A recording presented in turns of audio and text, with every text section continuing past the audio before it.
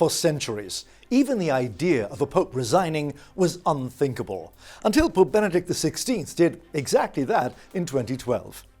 In the era of Pope Francis, the possibility of a papal resignation is rarely out of the news.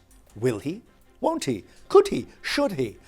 On a number of occasions, Pope Francis has confirmed he believes the papacy is for life. Yet, because of a new book-length interview published this month, the topic is again up for grabs.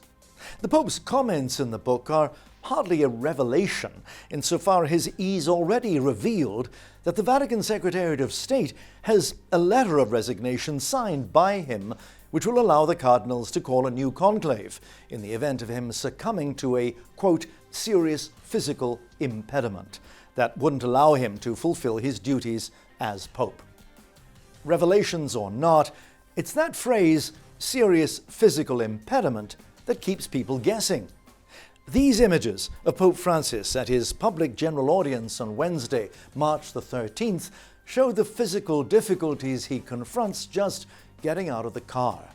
Add to that the fact that for several weeks now, he's been delegating the reading of his speeches to someone else. Ancora sono un po' raffreddato e per questo ho chiesto al Monsignore di leggere la catechesi. Pope Francis has been suffering from flu-like symptoms since the end of February, forcing him to cancel several appointments and making it difficult for him to participate in numerous meetings. Whatever his physical ailments, though, his sense of humor is still in excellent health. Chiederò aiuto per leggere perché ancora sono raffreddato. Scusatemi, ma lui legge meglio di me.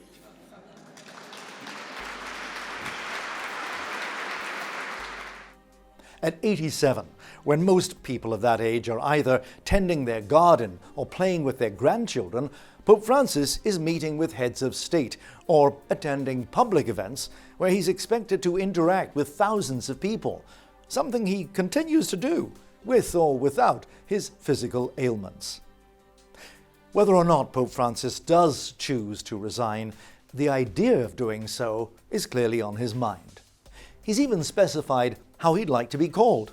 Not Pope Emeritus, like his predecessor, Benedict XVI, a title that caused a certain amount of confusion, but Bishop Emeritus of Rome, because, in any case, Rome is where he wants to end his days. Just to keep people guessing, some time ago he suggested he might like to retire to one of the houses for elderly priests in the Rome diocese. Most recently, he's been speaking about St. Mary Major, one of the 4 papal basilicas of Rome, where he's also said he wants to be buried. St. Mary Major has always had a special place in Pope Francis' heart. He makes a point of visiting the basilica to pray before the Byzantine icon of Our Lady Salus Populi Romani, every time he leaves for a papal trip abroad and every time he returns. Fortunately for Pope Francis, the English word resignation can be interpreted in 2 different ways, as the actual act of resigning from a job or position, like the papacy, or grudgingly accepting something undesirable but inevitable, like death.